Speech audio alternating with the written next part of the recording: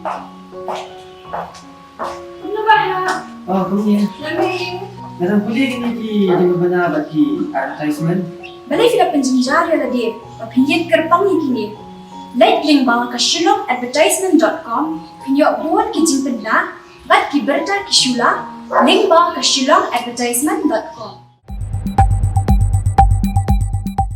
Ubakit buar lang nongrem Presiden kan National People Youth Front NPYF ula patai baka office jong kan National People Party NPP berang te menta kadai ke building lai mala ni ke basement bat G+3 bat kamdei satia ke basau mala ni ke basement G+4 haba patai halo ke ni ke pang ula sei da ke kot ban ong baka jingtho kala kadau sai baka dai ke basement bat G+3 nga hakatu kasgi dak masyai kedar hakmat jong pi ki press ki media dak buram nga klem ong ai syapang kane kaba pi kedau hang ni la kadai ya kaji plus 1 plus 2 plus 3 whatsoever kaba pi ong nga klem ong ai halot jong kata kai kaba nga jubab kadai bet thik tengya kai kaba na kalian jong ki youth congress ki alet sini ki ong ni ba ka party NPP kala snai ka office illegally klem da yo ki permission na po jong kamuda hakatu kasni ngala da pen I syai kedar hakmat jong pi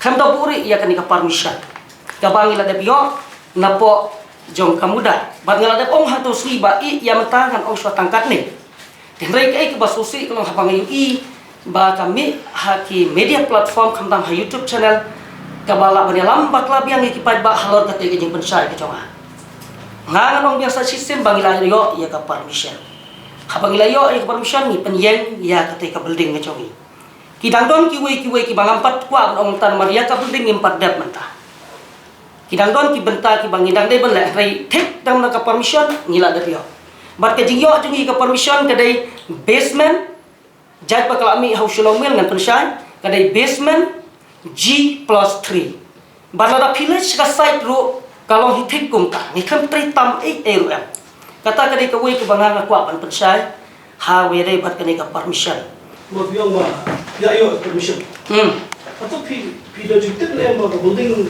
cukup di office NPP kadi ka G+3 building ni kadi G+4 building kam dai ka G+4 no ka G+3 pade ngala de bang dam sta ko pi mi usla basement G+3 takina jantai ro lepe ndai bang yala makla ya no